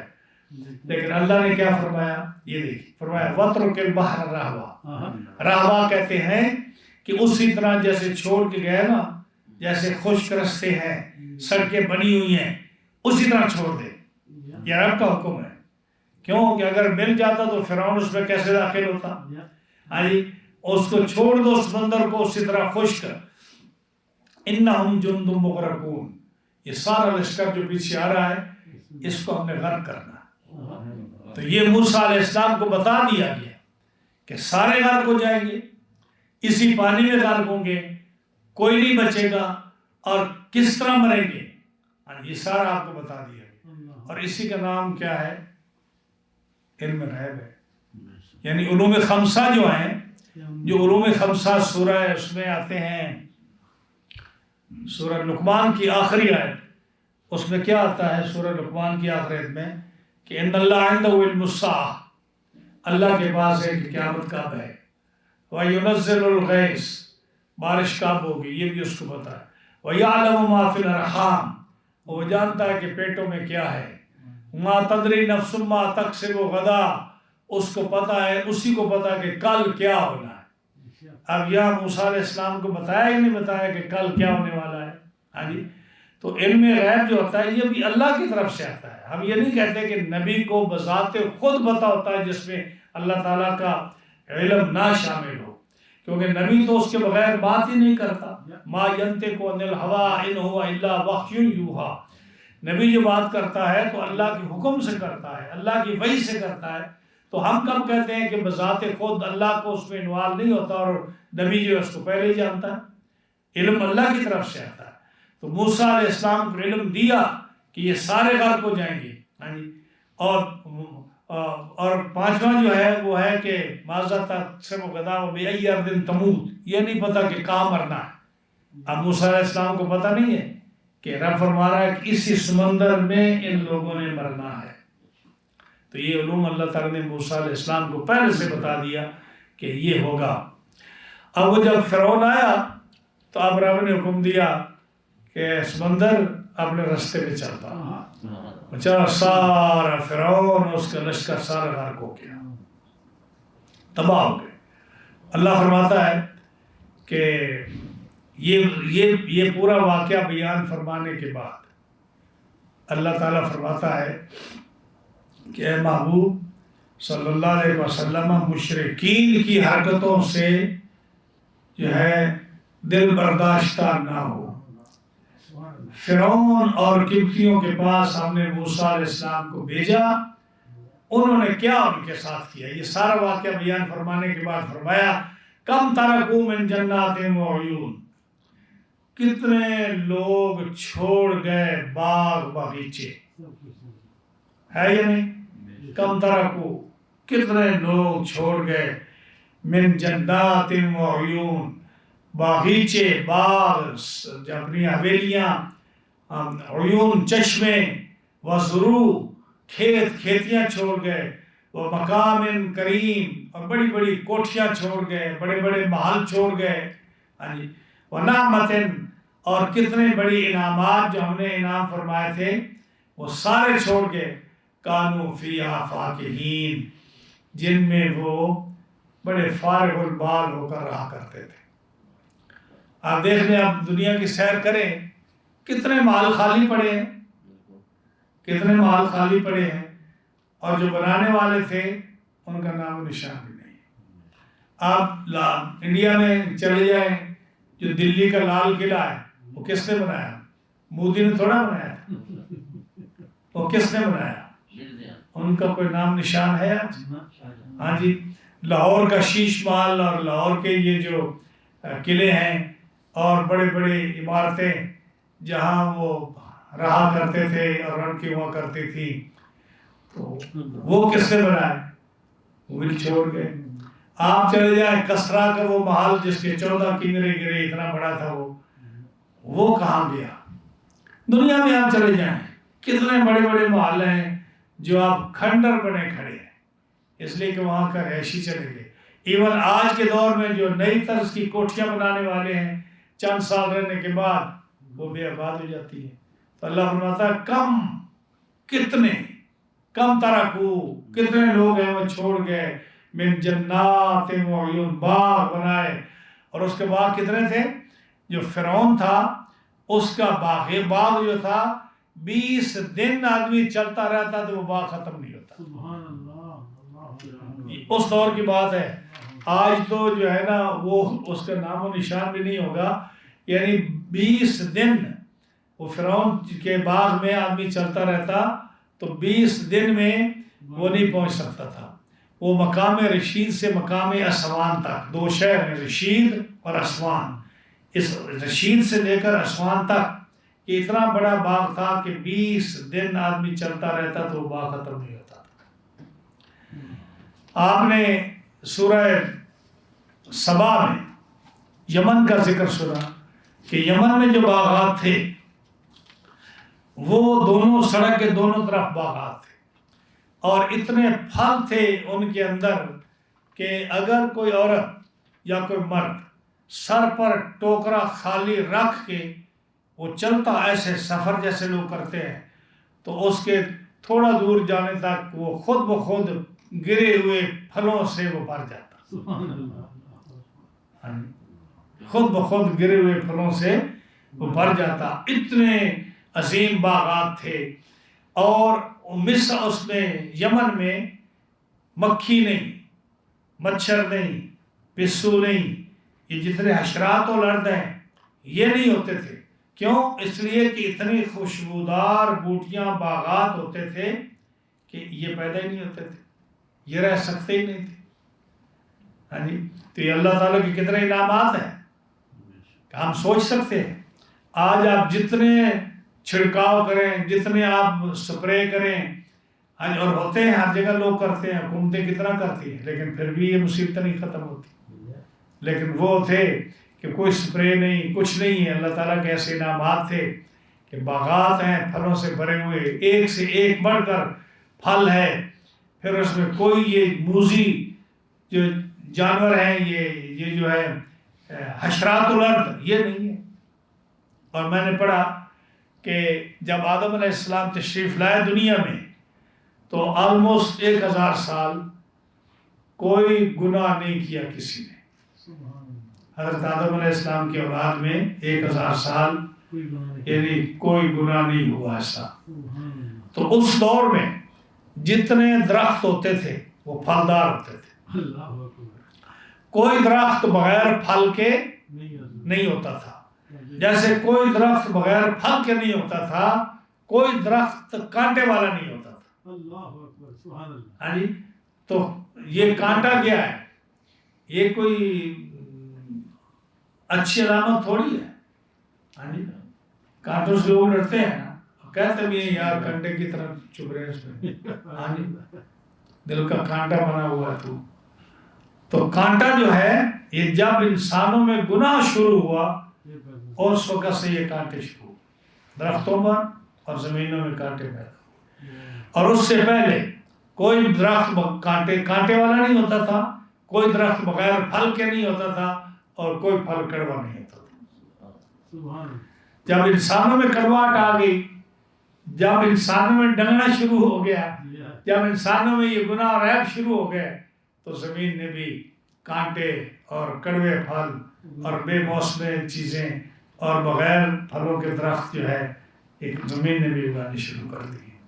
تو یہاں سے معلوم ہوتا ہے کہ اللہ تعالیٰ اپنے بندوں پر بڑا کریم ہے۔ اگر کسی پر کوئی تکلیف آتی ہے یا کسی پر کوئی بیماری آتی ہے یا کسی ملک میں کوئی عذاب آتا ہے تو یہ نشانی ہے اس بات کی کہ ہم اللہ سے بہت دور ہو چکے ہیں۔ ورنہ اگر 1000 سال تک وہ آدم علیہ السلام کے زمانے میں، ان کی اولاد کے زمانے میں اگر وہ بیماری نہیں بیچتا، اگر وہ کانٹا نہیں بیچتا، اگر وہ پھلوں کو میٹھا رکھتا ہے اور اگر بغیر پھل کے درخت نہیں ہونے دیتا تو آج کیوں ہے یہ؟ اس لیے ہر آدمی کو خود سمجھ لینا چاہیے اپنے گریبان میں جان کر یہ ہمارا قصور ہے۔ تو فرمایا کتنے لوگ ہیں جو چھوڑ گئے باغوں کو، چشموں کو، کھیتیوں کو، عمدہ مکانات کو، بڑی بڑی نعمتوں کو چھوڑ گئے جس میں وہ کانوا فی آفاقہم فارغ البال رہا کرتے تھے۔ جی کذالک وورثناھا قوما آخرین، وہ تو چلے گئے یعنی مر گئے، تو ہم نے کیا کیا؟ ہم نے ان کا وارث دوسری قوم کو کر دیا، ہم نے اس کا وارث دوسری قوم کو کر دیا۔ یعنی جب جیسے اب دیکھو نا، جن لوگوں نے محل بنایا ان کا نام و نشان نہیں ہے، لیکن ان محلوں میں کوئی رہتا تو ہے نا، تو کیا اللہ نے ان کو دوسروں کو وارث کر دیا؟ جیسے آپ سمجھ لیں کہ جب 47 میں پارٹیشن ہوا تو جو لوگ پاکستان میں، مغربی پاکستان میں یا جو اس ایریے میں رہتے تھے، جب وہ ہندو وغیرہ چلے گئے تو ان کے زمینوں پر کن کا قبضہ ہوا؟ مہاجروں کا قبضہ ہوا۔ یہ بالکل بیانی اسی طرح ہوا کہ جب وہ چھوڑ کر چلے گئے وَأَوْرَثْنَاهَا قَوْمًا آخَرِينَ، ہم نے دوسری قوموں کو ان کا وارث کر دیا۔ جب فرعون اور قبطی لوگ جب یہ سمندر میں غرق اور تباہ ہو گئے، مر گئے، تو اب بنی اسرائیل جو ہے پھر واپس آئے، بنی اسرائیل واپس آئے، اور وہ جو عمدہ مکان تھے جس میں ان کو کوئی داخل نہیں ہونے دیتا، جن میں وہ لیٹرینیں صاف کرتے تھے، جن میں وہ پینٹ کیا کرتے تھے، جن میں وہ عمارت بنایا کرتے تھے، روز صبح شام جھاڑو دیا کرتے تھے، وہ باغات جن میں گوڈی کیا کرتے تھے، جن کے پھلوں کو کاٹ کر بیچا کرتے تھے، محنت مزدوری کرتے تھے، اب ان کے مالک بن گئے۔ وَأَوْرَثْنَاهَا قَوْمًا آخَرِينَ، اللہ فرماتا ہے ہم نے ان کو وارث کر دیا۔ اور سورہ اعراف میں رب تعالیٰ جل شانہ فرماتا ہے عَسَىٰ رَبُّكُمْ أَن يُهْلِكَ عَدُوَّكُمْ وَيَسْتَخْلِفَكُمْ فِي الْأَرْضِ، اعراف کی سورۃ 129 میں اللہ فرماتا ہے بہت قریب ہے، بہت جلد اللہ تعالیٰ تمہارے دشمن کو ہلاک کرے گا، یعنی فرعون اور قبطیوں کو ہلاک کرے گا، وَيَسْتَخْلِفَكُمْ فِي الْأَرْضِ، اور تمہیں زمین میں ان کا وارث اور خلیفہ بنائے گا۔ یہ پہلے فرما دیا۔ دوسری آیت میں فرمایا وہ یہ بھی سورۃ اعراف کی آیت 137 ہے. فرمایا وَأَوْرَثْنَا الْقَوْمَ الَّذِينَ كَانُوا يُسْتَضْعَفُونَ مَشَارِقَ الْأَرْضِ وَمَغَارِبَهَا الَّتِي، یعنی فرمایا کہ اور ہم نے جو کمزور لوگ تھے بالکل، یعنی جو خدمت گزار تھے، خدمت کیا کرتے تھے، جن کو نوکروں کی طرح رکھا جاتا تھا، غلاموں کی رکھا جاتا تھا، ہم نے اس قوم کے لوگوں کو ہم نے ان کا مالک کر دیا، وارث بنا دیا.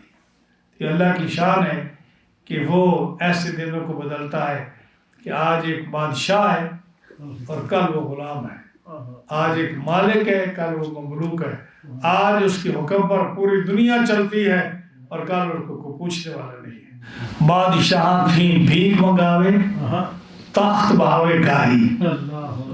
جو گھاس کٹنے والا ہے اس کو تخت پر بٹھا دے، اور جو بادشاہ ہے اس کو بھیک مقاصد لے کر وہ بھیک مانگ رہا ہے، در در بھیک مانگ رہا ہے کہ مجھے کوئی جگہ دے دے، مجھے کوئی کھانے پینے کا دے دے، مجھے کوئی رہائش کی جگہ دے دے. یعنی بادشاہ تھی بھیک منگاوے تخت بہاوے گاہی. یہ میم محمد صاحب رحمۃ اللہ علیہ فرماتے ہیں. ایسا بھی پرواز آتا ہے. تو کیا فرمایا کہ ہم نے ان کو اس قوم کو وارث کر دیا. آخری ہے فما بکت علیہم السماء والارض وما كانوا منظرین. اللہ نے اس قوم کو ایسا ہلاک کیا، قبطیوں کو، قوم فرعون کو ایسا ہلاک کیا کہ فرمایا کہ تو ان پر نہ آسمان رویا نہ زمین روئی. یعنی ان وہ بے وارث سے ایسے آدمی کو مار جاتا ہے نا، نہ اس پر آسمان رویا پھر قوم فرعون پر اس کے ہلاکت کے بعد، نہ زمین روئی. وما كانوا منظرین، اور نہ انہیں اتنی رب نے مہلت دی کہ وہ رب کے عذاب کو دیکھ کر ایمان لے آتے. یعنی جب آدمی غرق ہو گیا تو اس کے پاس کتنا ٹائم ہے کلمہ پڑھنے کا. اور بلکہ فرعون کا تو ذکر آتا ہے، میں نے سورہ یونس کے درس میں گزر چکا ہے کہ اس نے کہا کہ میں بنی اسرائیل کے رب پر ایمان لاتا ہوں.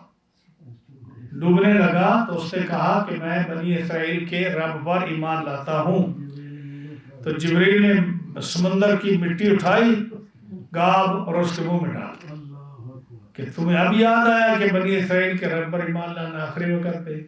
تو یہیں سے معلوم ہوتا ہے کہ آخری وقت میں جب عذاب کا فرشتہ دیکھو، موت کا فرشتہ دیکھو، اس وقت کی توبہ قبول نہیں. تو کیا فرمایا کہ جب قوم فرعون قبطی ہلاک ہو گئے، مر گئے، تب ان پر کوئی رونے والا نہیں، نہ آسمان رویا نہ زمین روئی، اور نہ ان کو توبہ کی مہلت ملی. اس کے ساتھ ایک بہت خوبصورت بات ہے جو میں نے ابھی شروع سے ذکر کی تھی. حضرت انس بن مالک رضی اللہ تعالی عنہ آپ فرماتے ہیں کہ وہ رسول اللہ صلی اللہ علیہ وسلم سے حدیث نقل کرتے ہیں. انس بن مالک الرسول اللہ صلی اللہ علیہ وسلم انہ قال ما من مسلم وله فی السماء بابان.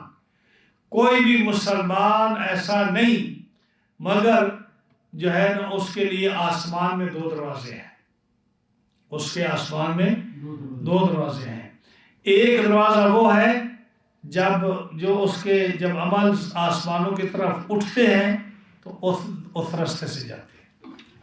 مثلا آپ قرآن مجید سن رہے، درس سن رہے، آپ ذکر اذکار کر رہے، آپ نماز پڑھ رہے، صدقہ خیرات دے رہے، تلاوت کر رہے، آپ کوئی بھی عبادت کر رہے ہیں، تو یہ جو آپ کا عمل ہے یہ آپ کے لیے آسمان پر ایک خصوصی دروازہ ہے جس کے ذریعے سے یہ عمل آپ کا نیڈ جو ہے یہ اوپر جا رہی ہے.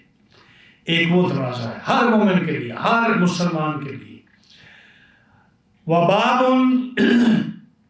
يَنزِلُ مِنْهُ رِزْقُهُ، اور دوسرا دروازہ وہ ہے جہاں سے آپ کا رزق نیچے اترتا ہے، جہاں سے آپ کا رزق، یہ رزق جو ہے نا آپ کا، یہ کمپنیوں کے پاس نہیں ہے. یہ رزق جو ہے آپ کا یہ آپ کے کسی کھیتی باڑی میں نہیں ہے. رزق آپ کا یہ کسی بینکوں میں یا امیر آدمی کے پاس نہیں ہے. رزق وہ ہے، اللہ فرماتا ہے وَفِي السَّمَاءِ رِزْقُكُمْ وَمَا تُوعَدُونَ.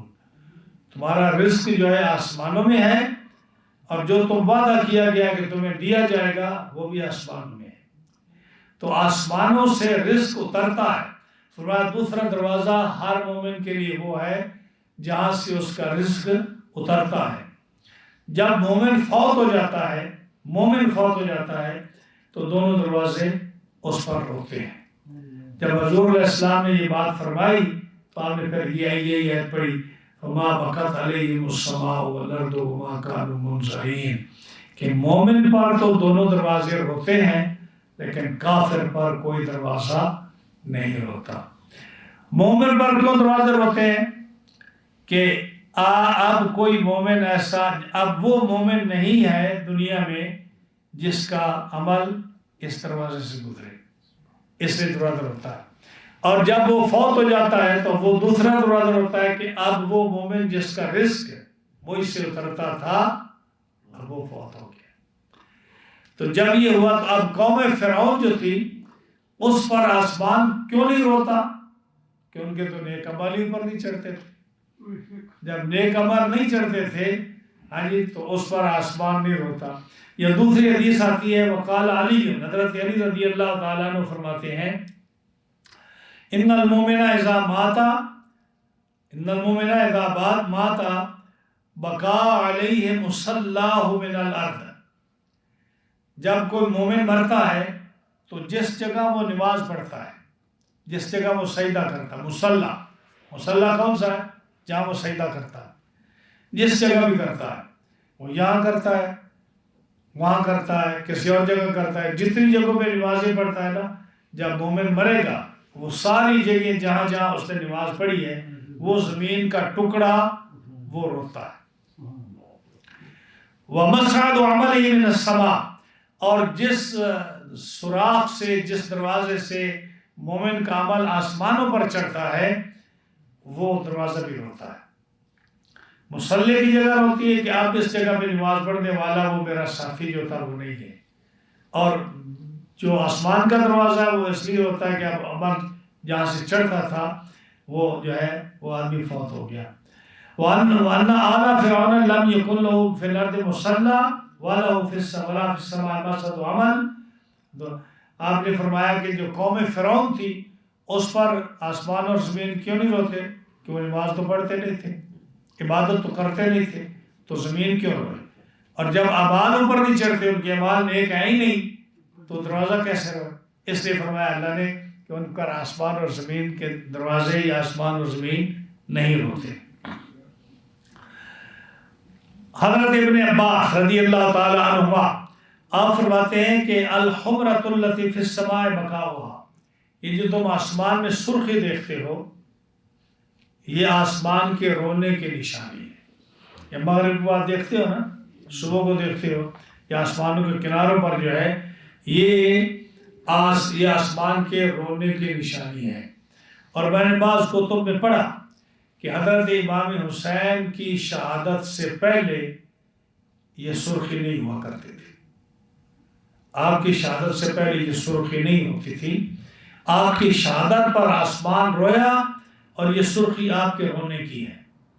مجاہد کہتے ہیں، یہ حضرت عبداللہ بن عباس کی شاگرد ہے، فرمایا ما مات مومن الا بقت علیہ السماء والارض 40 صباحا، جب مومن فوت ہو جاتا ہے تو 40 دن جو ہے آسمان اور زمین اس پر ہوتے ہیں، 40 دن اس پر ہوتے ہیں۔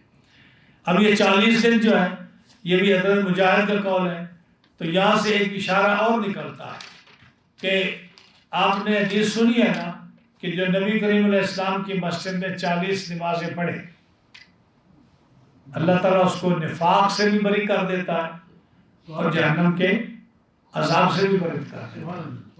آپ نے یہ حدیث پڑھی نا کہ جو جب انسان جو ہے اس کا نطفہ اس کی بچے کی ماں کے پیٹ میں جاتا ہے تو 40 دن تک وہ کیا رہتا ہے، یعنی اس سے پانی سے خون بنتا ہے، پھر 40 دن وہ خون سے جو ہے لوتھڑا بنتا ہے، پھر 40 دن لوتھڑے سے جو ہے گوشت کا ٹکڑا بنتا ہے۔ اب یہ 40 یہ قرآن مجید میں بھی آتا ہے نا، جو 18 سورہ مومنون کے پہلے رکوع میں آتا ہے. تو اس کی تفصیل کیا ہے کہ 40 دن کے بعد یہ بدلتا ہے. اور جب 40 دن گزر جاتے ہیں، یعنی 140 80 اور 40 120، تو یہ جب 120 دن کو ہوتا تو اس کے بعد اللہ تعالیٰ اس کے اندر روح پھونکتا اور فرشتوں کو بھیجتا ہے کہ جو اس کی تقدیر لکھتا ہے، ساری چیزیں لکھتا ہے. اب دیکھ لیں 40 کا ذکر حضور نبی کریم علیہ السلام کی مسجد میں نماز پڑھنے کا، 40 کا ذکر بچے کی پیدائش اور ان چیزوں میں، پھر 40 کا ذکر جو ہے جب بچہ پیدا ہوتا ہے تو عورت کے لیے جو حکم ہے کہ وہ کتنے 40 دن وہ نفاس کی حالت میں رہتی ہے، اس کا ذکر ہے. جب موسیٰ علیہ السلام طور پہاڑ پر گئے تو کتنے دن آپ نے طور پر رہ کر آپ کو تورات ملی؟ 40 دن، 40 دن تک آپ کو ملی. اور یہاں جو فرمایا کہ جب مومن مر جاتا ہے تو اس پر جو ہے آسمان و زمین کتنے دن روتے ہیں؟ 40 دن. اور نبی کریم علیہ السلام نے فرمایا جو شخص میری 40 حدیثیں لکھ کر یا میری 40 حدیثیں یاد کر لے یا میری 40 حدیثوں کا واعظ کرے تو فرمایا اس کے لیے میری شفاعت واجب. اب یہ تو میرے ذہن میں فوراً یہ 40 دن کی آئی نا، لیکن اگر ہم گننے لگ جائیں تو بے شمار ایسی چیزیں ہیں جو 40 دن کا جس میں ذکر ہے. تو کیا خیال ہے اگر ہم 40واں کر لیں تو پھر کیوں فتوے لگتے ہیں؟ جب 40 کا عدد اتنا برکت والا ہے، ہاں جی 40 کا عدد اتنا برکت والا ہے کہ یہ 40 کا ذکر ہے تو 40واں کر لیں گے، کون سی بری بات ہے. حالانکہ ہم پابند تو نہیں کرتے نا، نام 40واں رکھتے ہیں، کرتے تو 35 دن کے بعد ہے یا 30 دن کے بعد ہے، یا جب کوئی لانگ ویکنڈ آتا ہے، جب کوئی سنڈے آتا ہے، جب کسی کو ٹائم ملتا ہے تو 40 دن تو پورے نہیں کرتے نا، لیکن نام کیا کرتے ہیں 40 کا. تو اس میں تکلیف والی تو کوئی بات نہیں ہے. یا اسی طرح 7 دیکھ لیں، کیوں جی نماز اب یہ حدیث ہے نا کہ جو 7 اجوا کھجوریں کھائے فجر کی نماز فجر کے بعد تو زہر سے اور جو ہے وہ جادو اس سے پاک رہتا ہے. جوان کی توبہ کا بھی ہے جی، جوان کی توبہ کا بھی ہے. ہاں مطلب کہ وہ 40 دن کی توبہ کا بھی ہے. تو یہ 7 کھجوروں والا یہ حدیث ہے. اجوا کھجور جو جنت کا پھل ہے، جو آدمی کھائے روزانہ 7 کھجوریں، اس کو کبھی جادو نہیں ہوگا، کبھی زہر کا اثر نہیں ہوگا. پھر اللہ نے 7 آسمان پیدا کی، 7 زمینیں پیدا کی. اللہ تعالیٰ نے ہفتے کے دن کتنے بنائے؟ 7 بنائے. ہاں جی، اور یہ رب تعالیٰ نے جو ساری چیزیں بنائی ہیں ایسے، تو اگر آپ بھی 7ویں دن فاتحہ پڑھ لیں، یہ حدیث پاک میں آتا ہے کہ 7 دن پہلے جو ہے یہ میت پر بھاری ہوتے ہیں، اس لیے حکم ہے. یہ حدیث پاک کتابوں میں کئی کتابوں میں آئی ہے کہ 7 دن میت پر بھاری ہوتے ہیں، اس لیے 7 دن کسی فقیر کو اس کے نام کی روٹی دینی چاہیے، صدقہ کرنا چاہیے. یہ اتفاق سے یہ بات آ گئی نے سے وما بکت علیہم السماء کہ آسمان کے دروازے کیوں روتے ہیں. اس لیے میں یہ بات ذکر کر رہا ہوں کہ یہ ساری چیزیں احادیث میں اور روایات میں ملتی ہیں، اور اس کے مطابقت سے اگر آپ کر دیں تو اس میں حرج تو کوئی نہیں ہے. اگر کوئی 30واں کر لے، 40واں کر لے، 7واں کر لے، قائل سب ہیں اس کے، لیکن کہتے ہیں کہ تم تاریخ جو مقرر کرتے ہو نا یہ صحیح نہیں. سمجھا؟ کہتے ہیں جائز، فاتحہ ہم بھی کہتے ہیں جائز ہے، صدقہ ہم بھی کہتے ہیں جائز ہے. ہاں جی، یہ جو ہے نا تم جو کرتے ہو خیرات، یہ ہم بھی جائز کہتے ہیں، لیکن تاریخ مقرر نہ کرو. لیکن کبھی انہوں نے نہیں سوچا کہ جب آپ اپنے بیٹے بیٹی کی شادی کریں تو کیا کہ ہم کسی دن آ جائیں گے؟ کیا اسی طرح کرتے ہو؟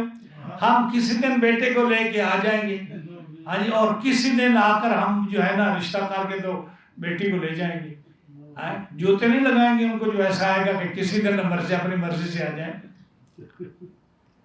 یعنی تو عقل کی بات ہے کہ تاریخ کا مقرر کرنا کون سا ہے؟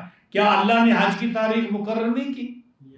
اللہ نے رمضان کی تاریخ مقرر نہیں کی؟ اللہ نے شب برات مقرر نہیں کی؟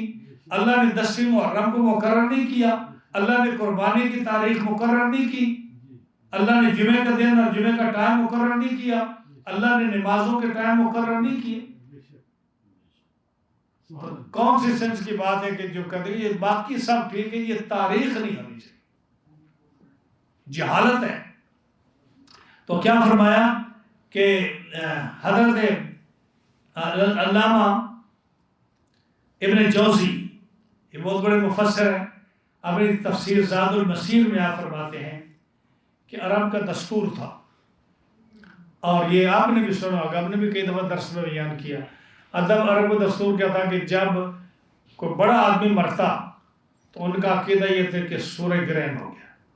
سننا آپ نے، جب سورج گرہن ہوتا تو ان کا عقیدہ کیا تھا کہ کوئی بڑا آدمی مرا ہے۔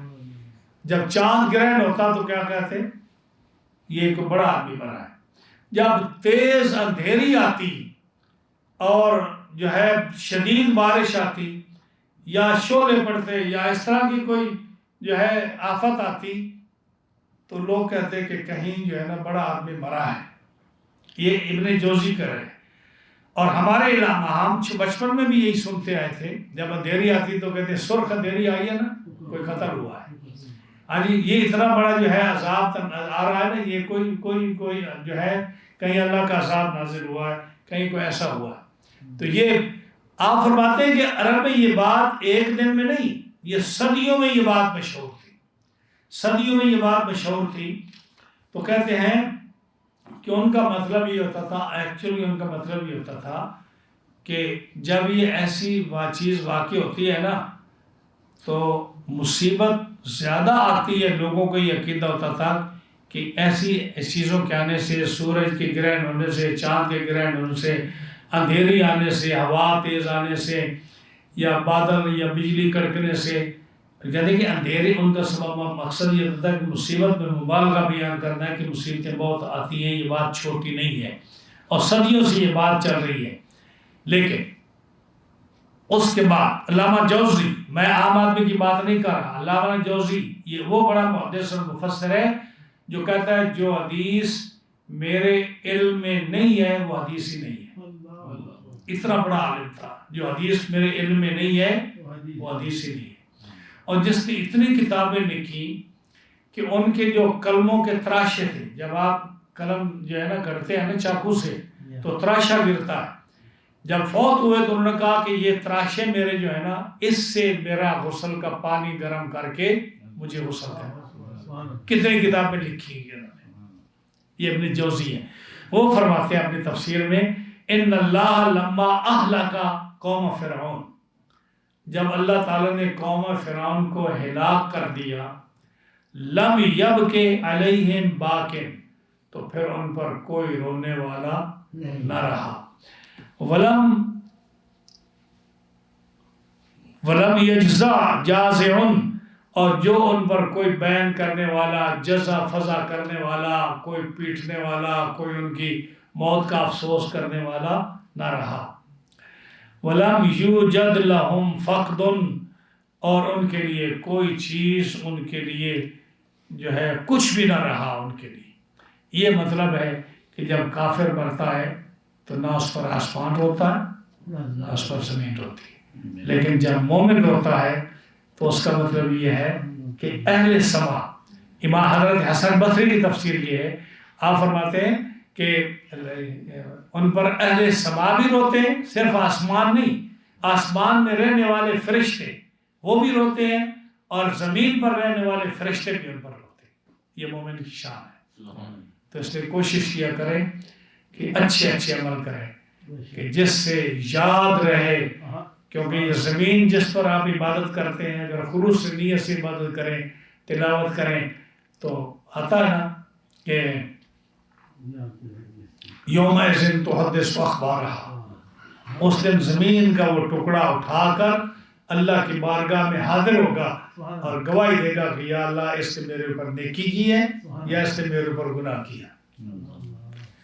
یہ قرآن مجید فرماتا ہے۔ تو یہ تھا آج کا مختصر سا درس۔ رب تعالیٰ جل شانہ اس کو قبول اور منظور فرمائے، اور ہمیں اللہ تعالیٰ جل شانہ عمل کی توفیق عطا فرمائے۔